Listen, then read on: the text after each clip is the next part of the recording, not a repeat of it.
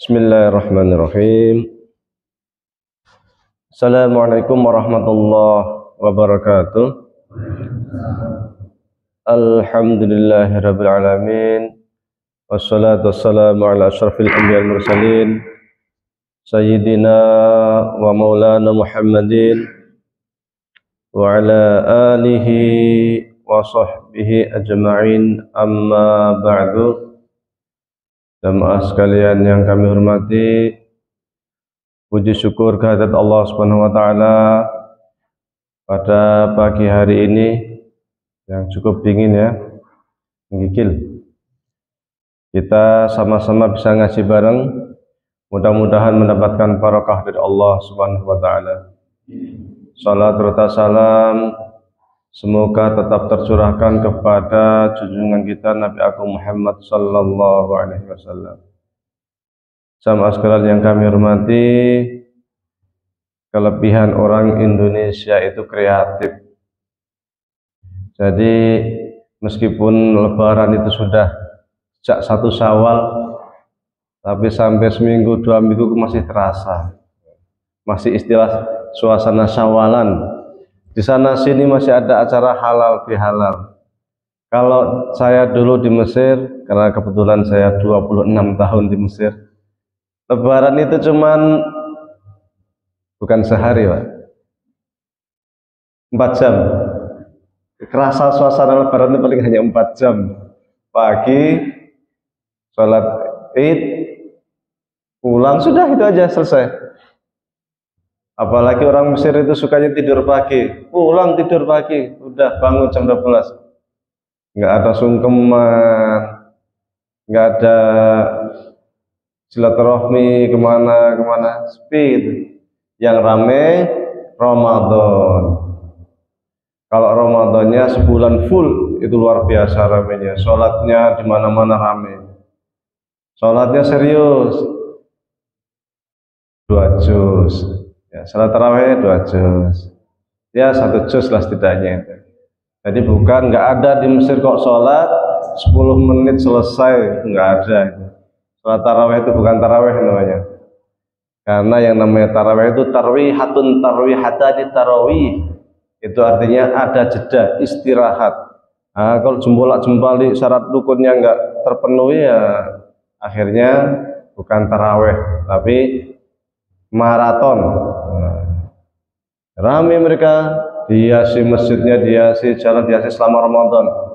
Baca Qur'annya di mana-mana, majelis ilmu. Tapi setelah Idul Fitri sudah selesai. Karena Idul Fitri itu sehari. Kalau di Mesir, Idul Fitri, apa artinya? Idul Fitri? Banyak yang salah paham, Bos. Biasanya kembali suci. Di mana-mana saya tanya Idul Fitri itu kok kembali suci ya? Ini asal mulanya dari mana saya nggak tahu itu. Idul Fitri itu pesta makan. Id itu pesta, Fitri itu makan. Makanya kita buat opor, buat ketupat, buat beli roti. Karena Idul Fitri artinya pesta makan. Makanya tanggal 1 Syawal nggak boleh puasa, haram puasa.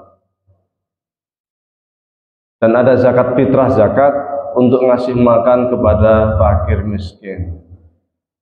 Tapi yang terpenting lagi sungguhnya adalah menjaga supaya suasana Ramadan itu bukan hanya sekedar 1 bulan di awal Ramadan sampai akhir Ramadan, tapi bagaimana supaya Ramadan itu menjadi 12 bulan. Ramadan itu menjadi kebiasaan. Kalau Ramadan kan ada qiyam Ramadan. Man qama Ramadhana imanan wa ihtisaban, ghufira lahu ma taqaddama min dhanbi. Siapa yang dia itu sering melaksanakan qiyam Ramadan, oleh para ulama diartikan dengan salat tarawih. Kemudian karena dia mencari iman dan pahala, maka insya Allah dosa-dosanya diampuni oleh Allah Subhanahu wa taala. Usai Ramadan jangan lupa untuk kemudian kita sholat tahajudnya tetap didawamkan. Wa minal laili fattahajjat bihi nafilatan lak asa ayyab'atsaka rabbuka maqaman mahmuda. Karena sholat malam itu menjadikan hati kita itu connect dengan Allah Subhanahu wa Ta'ala, semakin dekat. Karena orang kalau bangun tidur itu serasa bicara, jadi hati kita tuh sering bicara sendiri. Maka ketika di otak kita belum ada apapun, belum ada sesuatu apapun, kita gunakan untuk melaksanakan ibadah sholat malam. Dan fadilah keutamaan sholat sunnah terbesar setelah sholat wajib adalah sholat malam. Jadi menjaga supaya suasana Ramadan selalu ada dalam diri kita selama setahun penuh. Karena memang tujuan dari puasa Ramadan itu adalah ketakwaan. Takwa itu arti aslinya takut. Maksudnya supaya kita itu selalu takut kepada Allah Subhanahu wa Ta'ala. Maka bukti kita takut adalah dengan menjalankan perintah-perintah Allah dan menjauhi segala larangan-larangan Allah. Kita melaksanakan ibadah, kita melaksanakan sholat, di mana ibadah kita, sholat kita, puasa kita, dan juga perilaku seharian kita sesuai dengan yang diperintahkan oleh Allah Subhanahu wa Ta'ala. Terkait hal ini diingatkan oleh Al-Ghazali dalam kitabnya Ayyuhal Walad. Beliau mengatakan, "I'lam, ketahuilah, anna ta'ata, sesungguhnya ketaatan, wal ibadah dan ibadah itu mutaba'atus syari'i, mengikuti syariat, fil awamiri, baik di dalam perintahnya, wan nawahi, maupun larangannya." Kita beribadah itu harus sesuai dengan tuntunan dari Kanjeng Nabi Muhammad sallallahu alaihi wasallam. Ketentuannya sudah ada. Sholat subuh 2 rakaat sudah ada ketentuannya. Sholat zuhur 4 rakaat sudah ada ketentuannya. Sholat asar 4 rakaat sudah ada ketentuannya. Puasa juga sudah ada ketentuannya. Maka hal-hal terkait ibadah yang sudah ditentukan oleh Rasulullah sallallahu alaihi wasallam ini tidak boleh kreatif. Makanya kemudian dalam hadis dikatakan, "Shollu kama ra'aitumuni usolli." Salatlah kalian seperti halnya kalian melihat saya sholat. Maka kemudian di dalam kaidah usul para ulama mengatakan, al-aslu fil ibadah at-ta'abbud wal ittiba'. Prinsip dalam ibadah itu ta'budi, mengikuti apa yang dicontohkan oleh Rasulullah sallallahu alaihi wasallam. Maka nggak usah kemudian buat cara sholat sendiri, karena sholat itu doa, yang penting sudah doa berarti sudah sholat. Oh tidak, ada caranya. Puasa sudah ditentukan, maka nggak usah nambah poso ngerawat, nggak usah nambah poso mutih, poso weton dan lain sebagainya. Cukup puasa seperti yang telah dicontohkan oleh Rasulullah SAW. Di dalam kitab Al-I'tisamnya, Imam Asy-Syatibi mengatakan bahwasanya segala perbuatan yang kiranya tidak sesuai dengan hukum syariat dan dia itu mirip seperti hukum syariat, maka amal perbuatan itu menurut Imam Syatibi disebut dengan istilah bid'ah. Dan itu tidak ada landasan dalil. Amal yang memang tidak ada landasan dalil dan menyerupai hukum syariat. Kalau Ibnu Taimiyah dalam kitab Majmu' Fatawanya mengatakan yang namanya bid'ah itu ma khalafal Qur'an wa sunnah, sesuatu yang bertentangan dengan Al-Quran dan Sunnah. Ulama lain mengatakan ma khalafal Quran wa Sunnah wa amal ulam khulafa ar-rasyidin, segala perbuatan yang tidak ada contohnya dalam Quran dan Sunnah maupun khulafa ar-rasyidin. Dalil yang mereka gunakan adalah alaikum bisunnati wa sunnati khulafai rasyidin al-mahdiyyin. Berpegang teguhlah kalian kepada sunnahku dan sunnah khulafa ar-rasyidin. Kalau Ibnu Taimiyah menggunakan hujjah, taraktu fikum amrain in tamassaktum bihima lan tadillu ba'di abada. Apa itu? Kitab Allah wa sunnati. Aku telah tinggalkan dua pusaka kepada kalian. Sekiranya kalian berpegang teguh kepada dua pusaka itu, niscaya kalian takkan pernah sesat setelahku. Dua pusaka itu adalah kitab Allah dan sunnahku. Sebagian ulama menambahkan bahwasanya yang disebut bid'ah amal tertolak itu merupakan perbuatan yang bertentangan dengan Quran, sunnah, perbuatan para sahabat, tabi'in dan tabi'in. Dalil yang digunakan adalah sabda Rasulullah SAW, khairul quruni qarni tsummal ladzina yalunahum tsummal ladzina yalunahum, bahwa sebaik-baik masa itu adalah masaku, kemudian masa setelahku, kemudian masa setelahku, dan masa setelahku. Sahabat, tabi'in dan tabi'in. Mereka merupakan generasi awal Islam yang telah memberikan contoh teladan yang luar biasa kepada umat Islam saat ini. Di antara teladan yang dicontohkan oleh mereka, oleh para sahabat kita adalah terkait dengan perbedaan pendapat di kalangan para ulama. Sementara ini di masyarakat kita sering tidak bisa membedakan mana perbuatan yang sesungguhnya dianggap bid'ah yang tertolak tadi dengan perbuatan yang sesungguhnya ada dalil syar'inya yang merupakan ikhtilaf para ulama. Kalau kita mengikuti mengacu kepada hadis Rasulullah SAW, yang namanya bid'ah itu adalah kullu muhdatsatin bid'atun wa kullu bid'atin dhalalah. Sesuatu hal yang baru. Dalam hadis lain dikatakan, man ahdatsa fi amrina ma laisa minhu fahuwa raddun. Sesuatu perbuatan yang tak ada landasan hukum syar'inya maka tertolak. Tak ada hukum syar'i itu maksudnya tidak ada dalil yang dijadikan pijakan sama sekali. Saya kasih contoh poso ngrowot, adakah pijakan dalilnya? Enggak ada. Poso weton adakah pijakan dalilnya? Enggak ada, dan itu menyerupai hukum syariat. Bedakan dengan sesuatu yang itu masih ada pijakan dalil.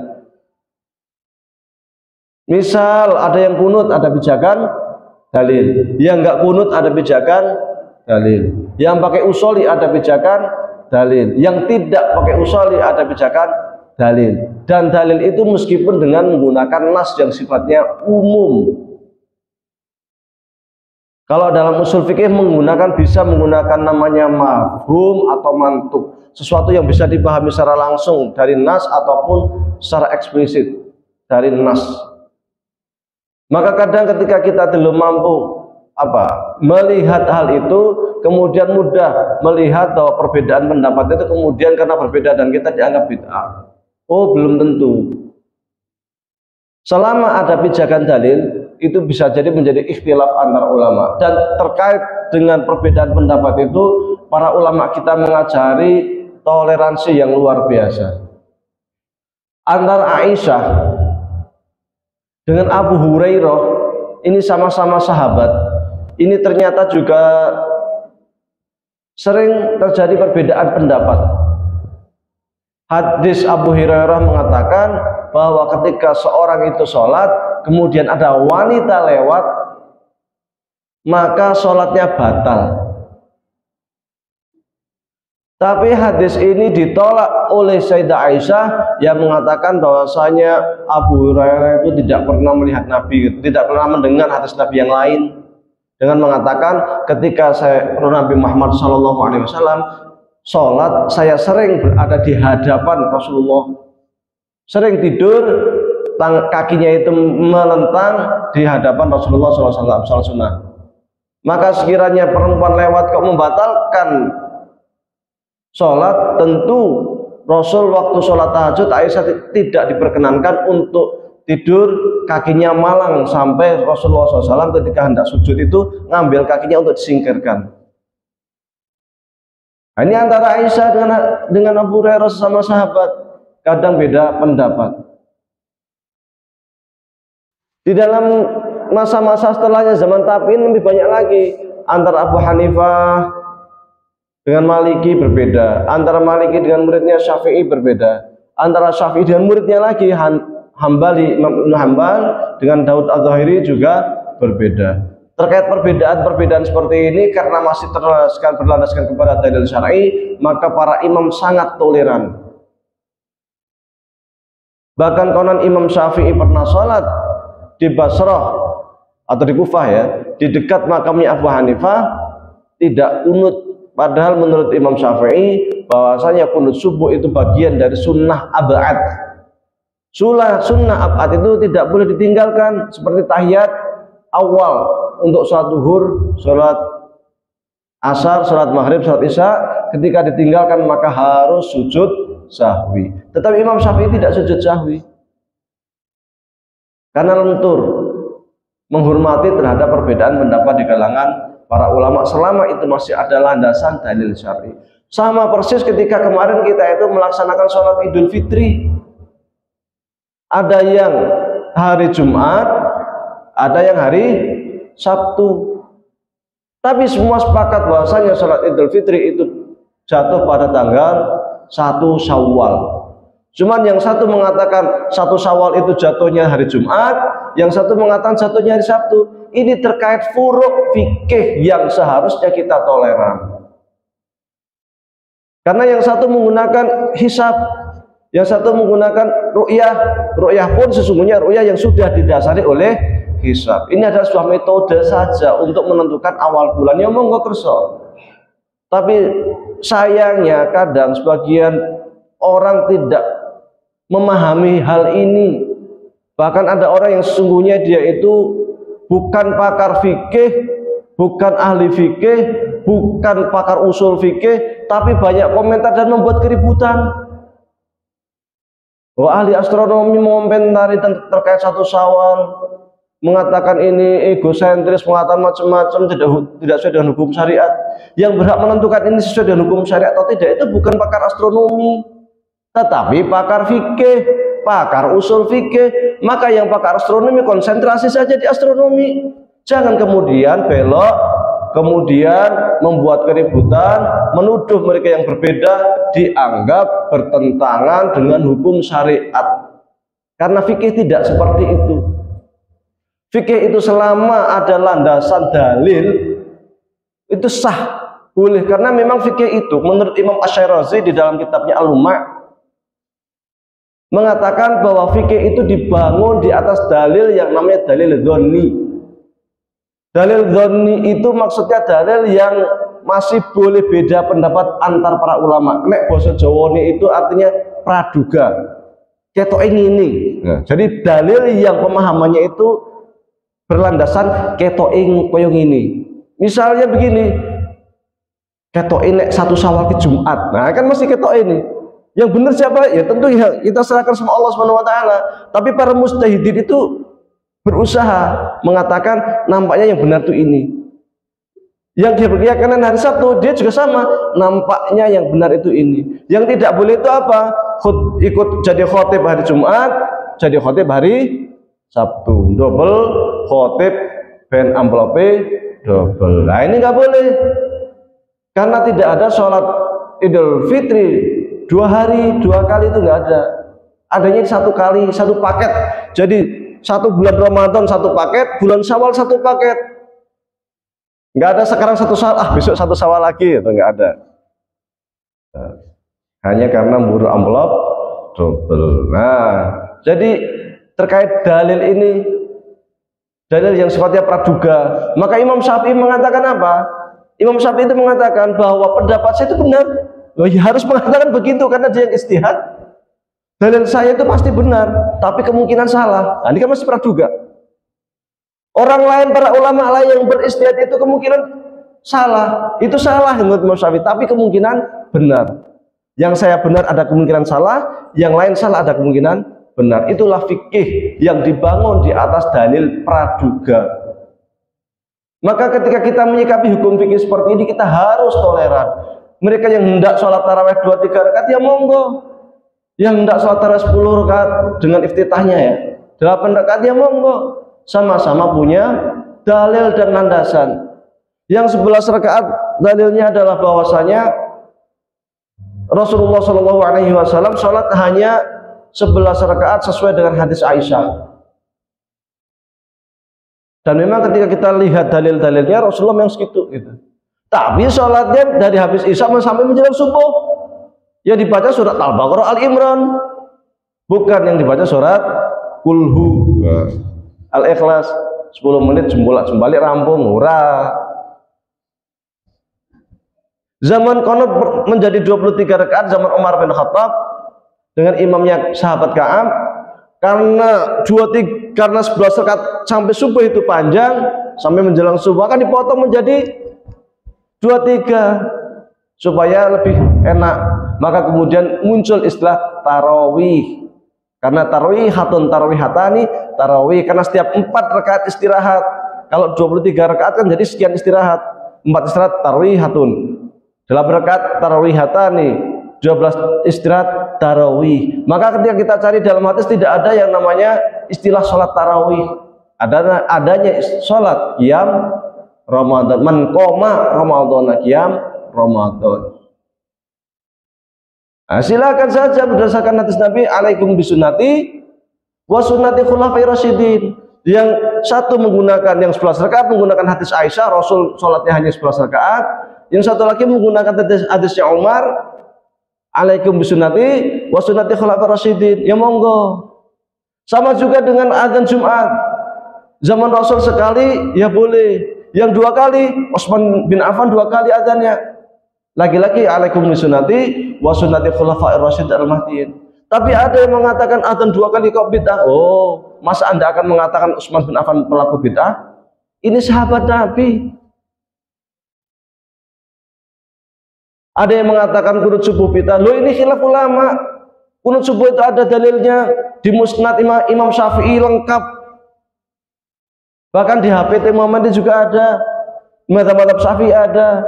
Meskipun itu menurut Imam Hanafi dilemahkan. Tetapi menurut Syafi'i dikuatkan. Ya monggo kersa. Jadi terkait dengan fikih ini sangat lentur, sangat elastis. Termasuk ketika membaca sayyidina dalam sholat. Ada yang mengatakan tidak boleh karena Rasulullah SAW mengatakan la tusayyiduni fi sholat. Jangan baca sayyidina di dalam sholat.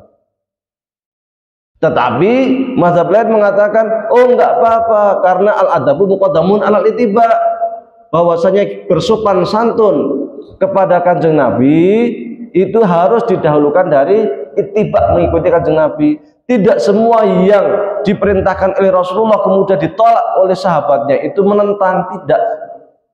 Oh aneh ya, Rasul merintah tapi sahabat nggak melaksanakan, dianggap menentang. Tidak semuanya. Contohnya ketika perdamaian Hudaybiyah, Rasulullah SAW meminta kepada para sahabat untuk menghapus kata Rasulullah karena orang-orang kafir Quraisy tidak mau ada tulisan Muhammad Rasulullah. Loh, kalau Muhammad Rasulullah ya saya nggak akan bermusuhan dengan kau wahai Muhammad, kata mereka. Loh, kalau kami mengakui Rasulullah kami sudah masuk Islam, kata mereka, kata kafir Quraisy. Kalau mau perjanjian damai tanda tangan, buang, kata Rasulullah. Rasulullah mau, nggak apa-apa, oke, kita coret. Wahai Umar, mana kata Rasulullah tolong hapus. Umar nggak mau. Wahai Ali, mana kata Rasulullah hapus, tolong. Ali nggak mau. Para sahabat tidak ada satupun yang mau menghapus kata Rasulullah. Apakah para sahabat menentang Kanjeng Nabi? Tidak. Tapi sebagai ta'adduban, adab, tata krama kepada Nabi Muhammad SAW. Sehingga Rasul meminta kepada salah satu sahabatnya untuk menunjukkan mana sih sebenarnya yang kata Rasulullah. Ini wahai Rasulullah, akhirnya dihapus sendiri oleh Rasulullah SAW. Karena Nabi kita itu Nabi Muhammad ummi, tak bisa menulis dan membaca. Jadi kata Rasulullah yang mana itu nggak ngerti. Itu. Mereka punya dalil yang pakai sayyidina, yang pakai usoli juga punya dalil mengatakan bahwasanya usoli itu bagian dari salat, bukan? Bukan. Kan niatu mahalul qalb, hati. Sementara lisan sekedar untuk menguatkan saja. Nggak ada satupun mazhab Syafi'i yang mengatakan bahwa niat itu harus dilisankan, itu tidak ada satupun.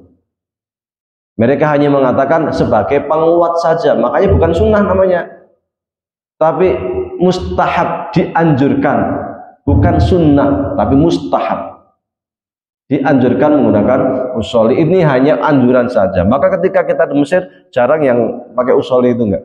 meskipun mazhabnya Syafi'i. Langsung aja takbir Allahu Akbar. Tapi sekiranya Anda tidak pakai ya monggo kerso. Karena ada landasan dalilnya semuanya. Innamal a'malu binniyat, segala perbuatan dan niat. Kalau diucapkan monggo, enggak ya monggo. Yang terpenting dalam hati. Karena ketika diucapkan pun ketika hati kosong tidak sah sholatnya. Jadi seperti itu. Itu mengikuti apa yang dicontohkan oleh Rasulullah SAW dan juga para sahabat. Dan jangan kemudian kita membuat-buat di dalam persoalan agama. I'lam anna ta'ata wal ibadata mutaba'atu syari' fil awamir wan nawahi. Baik di dalam persoalan yang diperintahkan atau yang dilarang. Dilarang juga sama. Harus sesuai dengan apa yang dilarang oleh Rasulullah SAW. Dulu itu pernah ada sahabat berusaha untuk melarang dirinya sendiri dari makan. Ketika sahabat ini bertanya kepada Aisyah, wahai Aisyah, bagaimana ibadahnya Rasulullah SAW? Maka Aisyah menjawab, Rasulullah itu ibadahnya luar biasa. Rasulullah itu meskipun sudah diampuni dosa-dosanya, namun kalau sholat kakinya masih sampai bengkak-bengkak. Puasanya luar biasa. Akhlaknya kepada manusia luar biasa. Ketika diceritakan perilaku ibadahnya Rasulullah SAW, ada 3 sahabat yang bersalah, kita itu kok nggak ada apa-apanya ya. Rasul saja, utusan Allah saja, yang dosa-dosanya itu diampuni oleh Allah SWT terkait sesuatu yang telah lalu dan akan datang, itu ibadahnya masih seperti itu. Kok kita nggak ngibadah seperti mestinya kita itu lebih dari Rasulullah, kita dosanya belum tentu diampuni. Maka satu orang mengatakan, kalau gitu saya akan puasa terus-terusan, nggak akan buka. Yang satu mengatakan, oh kalau gitu saya tidak akan menikah. Tapi ketika mendengar seperti itu Rasul keluar. Apa kata Rasul? Saya ini Rasulullah SAW. Saya puasa, ya saya sahur, saya berbuka. Saya juga menikah, kata Rasulullah SAW. Maka kemudian man raqiba an sunnati falaysa minni, sesiapa yang tidak mau mengikuti sunnahku maka dia bukan bagian dari golonganku. Ini namanya mengikuti dari perintah dan larangannya. Larangannya pun harus mengikuti apa yang dianjurkan oleh Rasulullah SAW. Maka jangan membuat larangan-larangan sendiri. Kalau istilah Imam Syatibi di dalam kitab Al-I'tisam, beliau mengatakan bahwasanya bid'ah itu ada namanya bid'atul awamir, ada namanya bid'atul nawahi.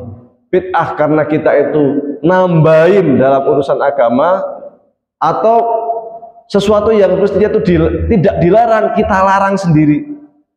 Rasul tidak melarang kita menikah, melarang dirinya sendiri menikah. Rasul tidak melarang kita itu makan, kita melarang sendiri dengan tidak memakan makanan yang sesungguhnya telah dihalalkan oleh Allah SWT. Pokoknya mangan kucing putih, orang putih orang tak pangan, orang gamping pangan, kan? Watu putih pangan, yang penting putih. Nek sayur-sayuran ora tepangan. Ya, ini namanya melarang sesuatu yang sesungguhnya Allah dan Rasulnya itu tidak melarang. Ini namanya bid'atut tark, istilah Imam Syatibi. I'lam anna ta'ata wal ibadata mutaba'atu syari' fil awamiri wan nawahi bil qawli wal fi'li. Bil qawli dengan perkataan, wal fi'li dan perbuatan. Termasuk juga perkataan kita harus sesuai dengan apa yang dicontohkan ataupun apa yang diperintahkan oleh Allah Subhanahu wa taala dan Rasulullah sallallahu alaihi wasallam. Perkataan itu sesuatu yang sesungguhnya sangat simpel, sangat sederhana, tetapi nilainya tidak sederhana. Perkataan itu kalau istilahnya Luqman Hakim, karena Luqman Hakim ini pernah memanggil anaknya. Memanggil anaknya waktu itu menyembelih kambing, kemudian suruh milih anaknya, wahai anakku, mana menurut Anda itu daging yang paling berbahaya dan paling mulia. Anaknya bingung. Nabi kemudian oleh Luqman Hakim dipotongkan lidahnya. Potongkan lidah. Ini lidah ini yang paling berguna, tetapi ini juga yang paling berbahaya. Paling berguna karena dengan lidah itu kita bisa berzikir, bisa macam-macam, bisa beramar ma'ruf nahi munkar, bisa beribadah kepada Allah. Tapi bisa berbahaya ketika lidah lisan kita gunakan untuk hal-hal yang tidak baik. Orang yang terluka tangannya, kakinya 1, 2, 3, 4, 5 hari sembuh. Tetapi ketika kita menyakiti hati orang, bisa jadi 10 tahun, 20 tahun nggak sembuh. Maka hati-hati dengan lisan kita. Maka dalam hadis dikatakan al-muslimu man salimal muslimuna min lisanihi wa yadihi. Seorang muslim itu sesiapa yang dia itu bisa menjaga lisannya dan tangannya. Menjaga lisannya supaya tidak mudah mengatakan hal-hal yang dilarang oleh Allah Subhanahu wa taala, mengumpat, bicara kotor dan lain sebagainya. Menjaga lisannya. Karena lisan ini ketika tidak dijaga dengan baik nanti akan menjadi sarana kita orang rugi di akhirat. Maka Rasul juga pernah mengatakan, bertanya kepada sahabat, wahai sahabat, atadruna manil muflis? Wahai para sahabat, Anda tahu nggak siapa yang rugi? Maka kata sahabat, al-muflisu fina man la dirham lahu wa la dirham. Orang rugi, orang bangkrut di antara kita itu mereka yang tidak punya dirham, nggak punya dinar, nggak punya rupiah, nggak punya mobil mewah, nggak punya rumah mewah. Tetapi Rasul nggak mengatakan demikian. Bukan itu. Orang rugi itu bukan itu. Al-muflis fina, orang yang rugi itu man yati yaumil qiyamah bi sholatin wa zakatin wa siyamin. Dia datang pada hari kiamat dengan sholatnya rajin sholat, rajin ibadah. Bukan hanya sholat wajib, sholat sunnah dia laksanakan. Sholat wajib dilaksanakan, sholat tahajud dilaksanakan. Pahalanya banyak menumpuk. Zakatnya dilaksanakan, bukan hanya zakat yang wajib, zakat mal, zakat fitrah, tetapi sedekahnya juga rajin, bangun masjidnya rajin, wakafnya rajin, pahalanya banyak menumpuk. Dia merasa ini sudah sangat luar biasa. Puasanya rajin, bukan hanya Ramadan, Senin Kemisnya rajin, Dawatnya rajin, puasa bidnya rajin. Tapi ada kesalahan dia yang membuat dia itu rugi. Walakin apa? Syatama hadza wa daraba hadza wa safakat damu hadza. Dia itu suka ngumpat orang lain. Tangannya ringan, suka mukul orang lain. Nek rapat nang kantor ora cocok karo kancane gebrak meja jebreng. Wah. Nah, daraba nek orang Indonesia paling cuma gebrak meja, nek wong Mesir gebrak nampar-nampar beneran wong Arab. Gelut-gelut beneran, makanya wong Arab oke perangi soalnya seneng gelut. Oh iya, hobi gelut ya. Rugi, kenapa rugi?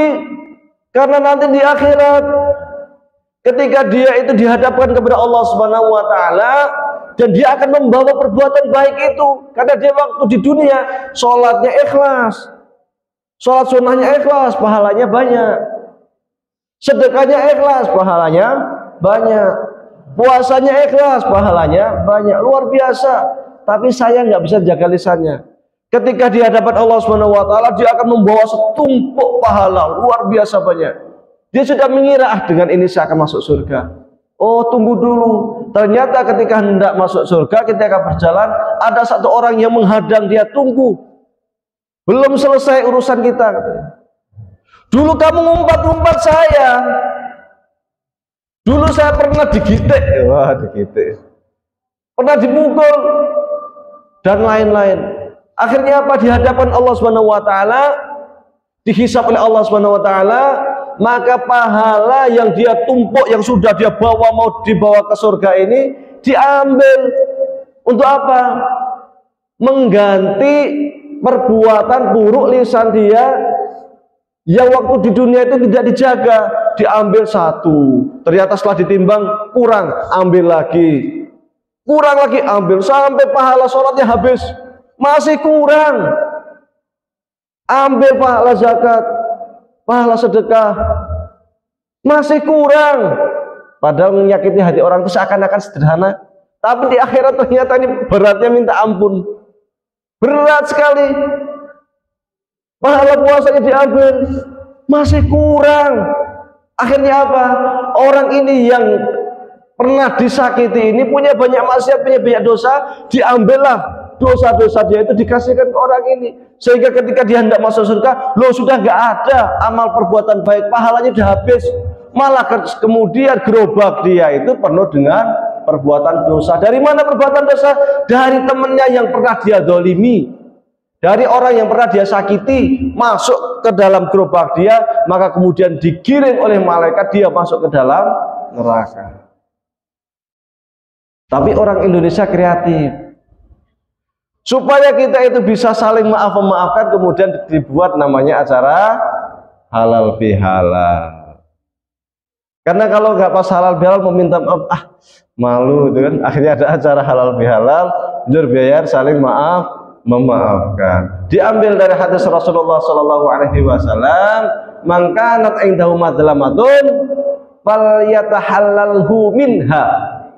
Sesiapa yang dia itu pernah berbuat zalim, hendaklah dia minta dihalalkan, minta diampuni, minta dimaafkan. Maka kemudian orang Indonesia punya tradisi halal bihalal. Nggak ada di Arab halal bihalal, di Mesir nggak ada, di Saudi nggak ada. Ini istilah Indonesia banget. Ini istilah muncul kalau dari dokumen yang ada itu sejak tahun 1924 sudah mulai muncul istilah halal bihalal. Itu ada dokumen di majalah Suara Muhammadiyah. Kemudian muncul lagi tahun 1934 di sampul halaman majalah Suara Muhammadiyah dengan mengatakan iklan, siapa yang sekiranya tidak dapat silaturahmi dengan rekannya, dengan saudaranya, kerabatnya, silakan pasang iklan halal bihalal di sampul majalah Suara Muhammadiyah. Kemudian pada tahun 1940-an setelah kemerdekaan dipopuler lagi oleh Kiai siapa? Hasbullah. Kemudian diadopsi oleh Presiden Soekarno untuk merekatkan politik Indonesia pada waktu itu yang luar biasa. Terjadi friksi-friksi yang luar biasa, sehingga supaya antar sesama umat Islam, sesama kelompok bangsa itu hatinya itu luluh, bersatu, baik-baik, maka dijadikan acara halal bihalal sebagai acara kenegaraan bareng-bareng menpodo lilane, biar sama-sama enaknya sesama kelompok politik juga semakin reda, rukun untuk membangun bangsa. Dan izin acara halal bihalal ini menjadi tradisi hingga saat ini. Ya apik. Tapi ada sebagian kalangan mengatakan, loh Kanjeng Nabi nggak pernah halal bihalal loh. Sahabat juga nggak pernah ngadain halal bihalal. Tabiin nggak ada halal bihalal, itu bid'ah. Saya sampaikan tadi, Imam Syatibi di dalam kitab Muwafaqatnya mengatakan yang disebut bid'ah itu terkait dengan persoalan ibadah, bukan muamalah. Maka di dalam kaidah usul dikatakan al aslu fil muamalah al iltifat ilal ma'ani wal maqasid. Prinsip muamalah itu lihat maknanya, tujuannya apa toh, maslahatnya apa toh. Itu untuk muamalah, bebas kita berkreasi untuk muamalah. Tapi ibadah tidak. Termasuk ini halal bihalal, ini muamalah sesama kita, sesama manusia, interaksi sama saudara. Boleh. Di situ kita saling memaafkan, jelas dalilnya. Mangkanat indahu madlamatun falyatahallalhu minha. Sekiranya antar kalian itu punya kesalahan, segeralah minta untuk dimaafkan. Di dalam Al-Quran juga dikatakan wasari'u ila maghfiratin mir rabbikum.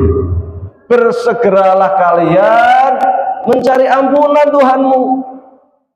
Lah mencari ampunan Tuhanmu itu dengan cara apa? Kalau dengan Allah Subhanahu wa taala kita banyak beristighfar, dengan sesama muslim kita saling minta maaf. Di situ ada acara sungkeman, jabat tangan sesuai dengan hukum syariat. Dalilnya apa? Idza iltaqal mu'minani fayatasafahani ghufira lahum ma qabla yatafarraqa. Jika ada dua orang mukmin bertemu kemudian saling berjabat tangan, maka dosa-dosa keduanya itu diampuni oleh Allah Subhanahu wa taala sampai mereka berpisah. Jabat tangan sederhana, tetapi ternyata itu sunnah Rasulullah Shallallahu Alaihi Wasallam, tradisi Rasulullah Shallallahu Alaihi Wasallam. Di situ juga ada silaturahmi, ketemu dengan saudara, ketemu dengan teman, ketemu dengan kerabat. Rasulullah mengatakan, man sarrahu ayyubsatalahu fi rizqihi aw yunsha'alahu fi atharihi falyasil rahimahu. Barang siapa yang hendak digembirakan dengan banyaknya rezeki atau panjang umurnya, hendaklah dia sering bersilaturahmi. Nanti ada yang mengatakan, loh, katanya umur manusia sudah dijatah oleh Allah Subhanahu wa taala. Umur 10 tahun ya 10 tahun, 50 ya 50, 70 ya 70. Kok jadi diperpanjang umurnya itu bagaimana?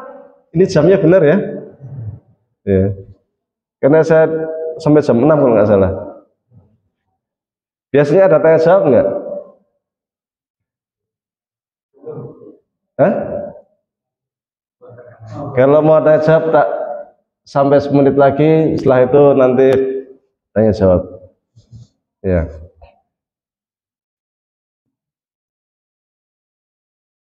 Silaturahmi panjang umur maksudnya adalah bahwa ketika kita itu sering berziarah ke saudara, ke teman, maka kenangan kita, kenangan saudara kita itu akan melekat. Ketika dia meninggal di umur 50 tahun, nama dia itu masih terkenang.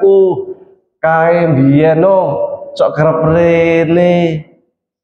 Dulu sering silaturahmi, kok wis ora ono saiki. Jadi terkenang, namanya itu dikenang meskipun orangnya sudah tidak ada. Jadi seakan-akan meskipun nggak ada, itu umurnya itu masih ada. Karena sesungguhnya umur manusia itu sudah dijatah. Nek 50 ya 50. Nek 70 ya 70, ora iso ditambah, ora iso dikurangi. Idza jaa ajaluhum fala yastakhiruna sa'atan wa la yastaqdimun. Firman Allah, sekiranya ajal itu datang, sedetik pun nggak bisa diundur atau dimajukan. Maka umur sudah tidak bisa ditawar-tawar. Tetapi dalam hadis mengatakan, man sarrahu ayyub satalahu fi rizqihi aw yunsha'alahu falyasil rahimahu. Barang siapa yang hendak dipanjangkan umurnya, mendapat berkah rezekinya, ya banyak silaturahmi agar kita meskipun sudah meninggal dikenang. Kalau dikenang nanti mudah-mudahan mendapatkan doa dari rekan kita, sahabat kita, kerabat kita. Masya Allah, udah nggak ada ya. Mudah-mudahan Allah rahmati, mudah-mudahan Allah beri ampunannya, mudah-mudahan Allah angkat derajatnya. Kan seperti itu, mendapat doa yang baik dari kerabat kita, dari saudara kita. Jadi terkait dengan halal bihalal tadi itu yang ada mengatakan bid'ah dan sebagainya, saya katakan itu bukan bid'ah karena terkait muamalah dan dalilnya pun, sandaran dalilnya pun jelas, baik dari sisi silaturahminya, baik dari sisi jabatakannya, baik dari sisi saling maaf-memaafkannya. Hanya terkait maaf-memaafkan ini, satu hal yang tidak dapat gugur adalah hak kepada sesama manusia, khususnya hutang. Maka hati-hati dengan hutang. Saya sering mengingatkan di banyak pengajian, hati-hati dengan hutang. Sebanyak apapun amal perbuatan kita, kalau masih punya hutang nyangkut, nggak bisa masuk surga. Dalam hadis berkatakan, walladzi nafsi Muhammad biyadihi. Nabi Muhammad sampai sumpahnya seperti itu. Demi saya yang jiwa saya ini berada di genggaman Allah Subhanahu wa taala. Lau anna rajulan qutila fi sabilillah, jika sekiranya ada seseorang itu yang mati syahid di jalan Allah, tsumma uhya, kemudian dibangkitkan lagi, tsumma qutila, kemudian diwafatkan lagi, syahid lagi, tsumma uhya, kemudian dihidupkan lagi, tsumma qutila, kemudian dia itu syahid lagi, wa alaihi dainun, sementara dia itu punya utang belum dibayar, madakhalal jannah, sesekali dia tak akan masuk surga hatta yudha'anu dainuhu, sampai dia itu mau membayar hutangnya. Maka hati-hati dengan hutang. Sedikit apapun hutang kita, selama itu belum bisa dibayar, tidak bisa memasukkan kita ke dalam surga. Maka Rasulullah SAW tidak mau mensoalati orang yang punya hutang. Dulu ketika ada sahabat meninggal, Rasul selalu bertanya, sahabat ini punya hutang enggak? Kalau punya hutang silakan sholati, kecuali ada orang yang menjamin yang mau membayarkannya. Maka sahabat selalu mengatakan, saya yang jamin ya Rasulullah, utang dia saya yang bayar. Oh, Rasul jadi imam sholat jenazah. Kalau enggak mau. Ada pernah sahabat, ya Rasulullah dia punya hutang 2 dinar. Maka sahabat lain mengatakan, saya yang jamin. Baru Rasulullah mau menjadi imam sholat. Kalau enggak mau, saking pentingnya hutang. Makanya Rasul sendiri kalau ngutang, ya Rasul manusia pernah ngutang juga. Pernah susah hidupnya. Rasul itu sering hidup usaha, bukan pernah lagi.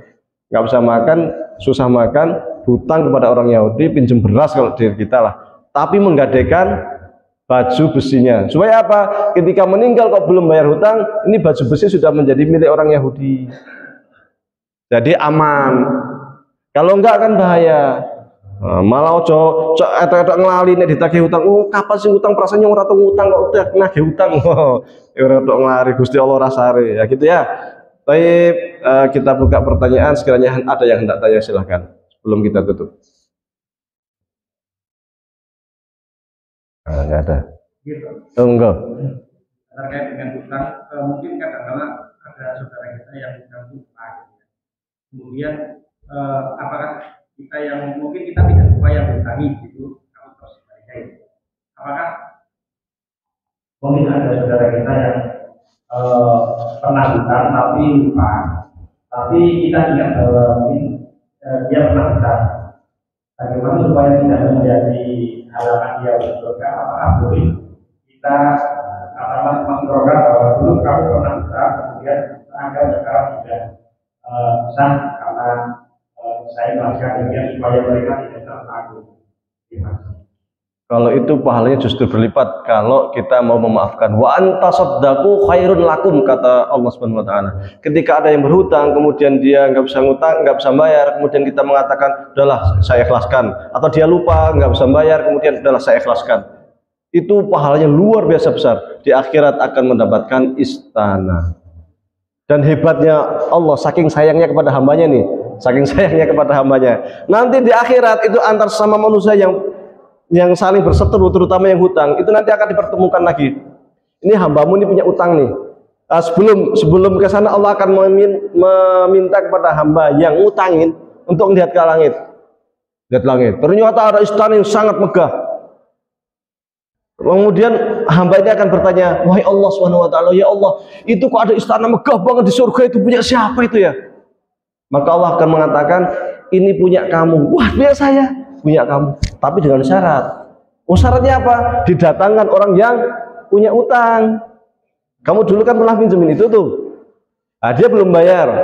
Kalau kamu itu enggak istilahnya, kalau kamu tetap bersikukuh supaya enggak bayar, berarti dia pasti masuk neraka. Tapi kalau kamu memaafkan, itu istana milikmu.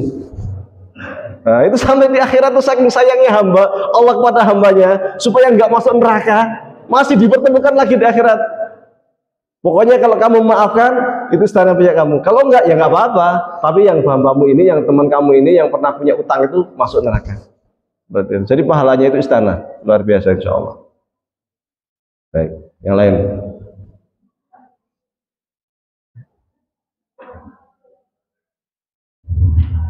Terima kasih atas waktunya. Ini yang sama. Saya mendengarkan podcast yang juga pada yang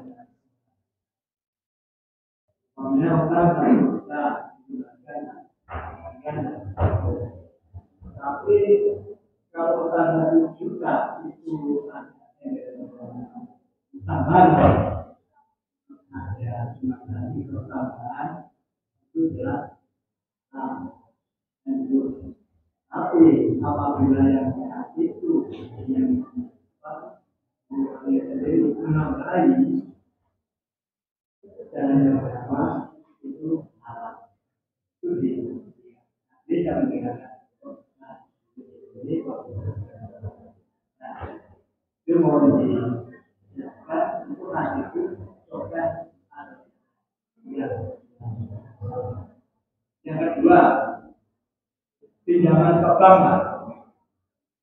Saya bergerak. Setelah ada pinjaman juga. Itu itu apakah juga seperti itu? Kalau terkait hutang jelas 1 juta harus dibayar, 1 juta nggak boleh nganai ngelimolasi. Dalam artian kalau terlambat sebulan manak 15%, terlambat 2 bulan jadi 30%, terlambat 3 bulan menjadi sekian, itu namanya riba. Namanya riba. Kalau umpamanya saya bilang sudah, nah yang satu ini dia bilang ini sebagai uang terima kasih. Ini uang terima kasih karena kamu udah minjemin ya, dia tak tambahin.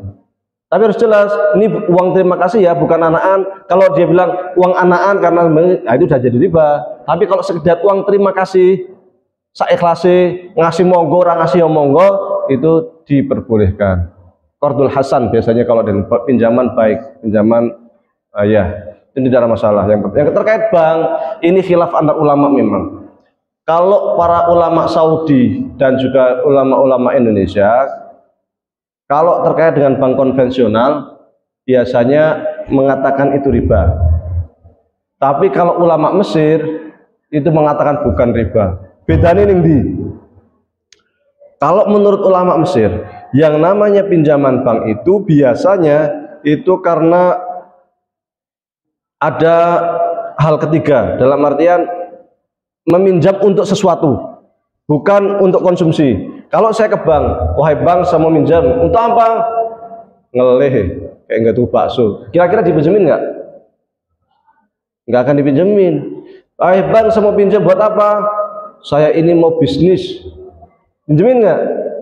Dipinjemin. Nah, karena buat bisnis, jadi ada saya, ada bisnis, ada bank. Maka ketika secara logika, ketika saya bisnis pinjam dari bank, saya untung. Mosok bank nggak dapat apa-apa.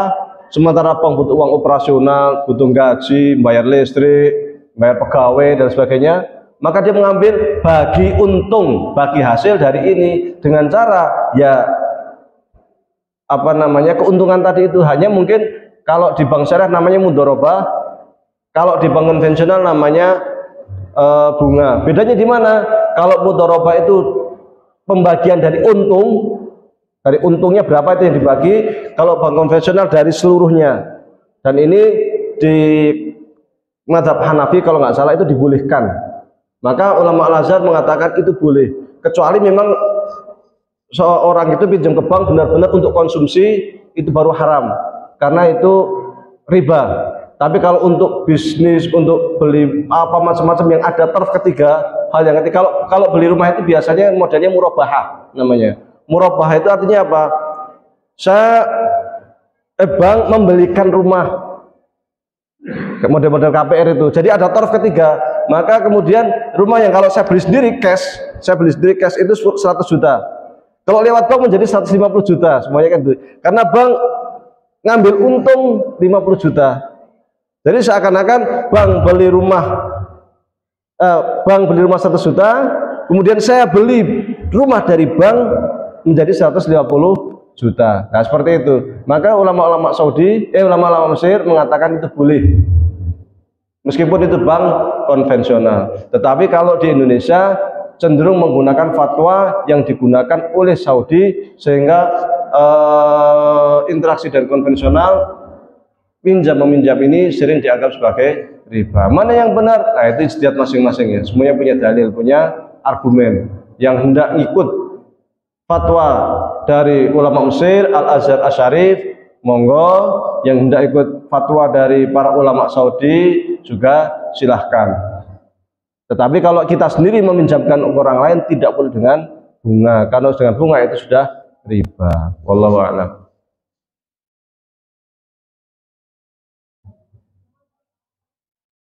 Cukup. Baik. Mudah-mudahan bermanfaat. Sebelum kita tutup, mari kita doa bersama-sama. Kita tundukkan diri kita kepada Allah Subhanahu wa taala. Mudah-mudahan segala khilaf kita, salah kita diampuni oleh Allah Subhanahu wa taala. Mudah-mudahan kita diangkat derajat kita, dunianya kita, akhirat kita. Mudah-mudahan kita mendapatkan rahmat Allah Subhanahu wa taala. Mudah-mudahan dilimpahkan rezeki kita, dipanjangkan umur kita, selalu berkah. Allahumma shalli ala sayyidina Muhammadin fil awwalin, Allahumma shalli ala sayyidina Muhammadin fil akhirin. Allahumma shalli ala sayyidina Muhammadin fil mala'il a'la ila yaumiddin. Hamdan syakirin, hamdan na'imin, hamdan yuwafi ni'ama wa yukafi mazida. Ya Rabbana lakal hamdu kama yanbaghi li jalali wajhika wa 'azimi sultanik.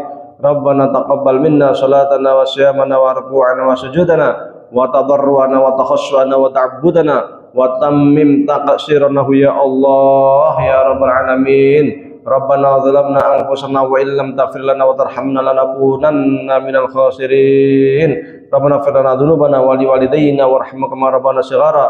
Rabbana ighfir lana dzunubana wa li ikhwanina alladziina sabaquna bil iman wa la taj'al fi qulubina ghillan lil ladzina amanu rabbana innaka ra'ufur rahim. Allahumma inna nas'aluka ilman nafi'a wa amalan mutaqabbala wa rizqan halalan thayyiba. Allahumma inna na'udzubika min ilmin la yanfa' wa min qalbin la yakhsha' wa min nafsin la tasba' wa min du'ain la yustajab laha. Rabbana la tada' lana dhanban illa ghafartah wa la 'aiban illa satartah wa la maridan illa syafaitah wa la hajatan min hawaijid dunya illa qadaita ya arhamar rahimin. Rabbana la tuzigh qulubana ba'da idh hadaitana wa hab lana min ladunka rahmah innaka antal wahhab.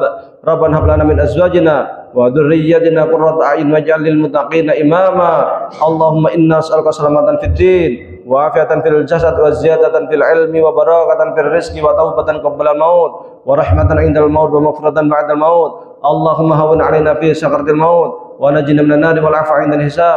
Allahumma a'inna 'ala dzikrika wa syukrika wa husni ibadatik. Allahumma ajirna minan nar. Rabbana atina fid dunya hasanah wa fil akhirati hasanah wa qina adzabannar. Wa sallallahu ala sayyidina Muhammadin wa ala alihi washabihi wa baraka wasallam. Subhanaka rabbika rabbil izzati amma yasifun wa salamun alal mursalin walhamdulillahi rabbil alamin. Assalamualaikum warahmatullahi wabarakatuh.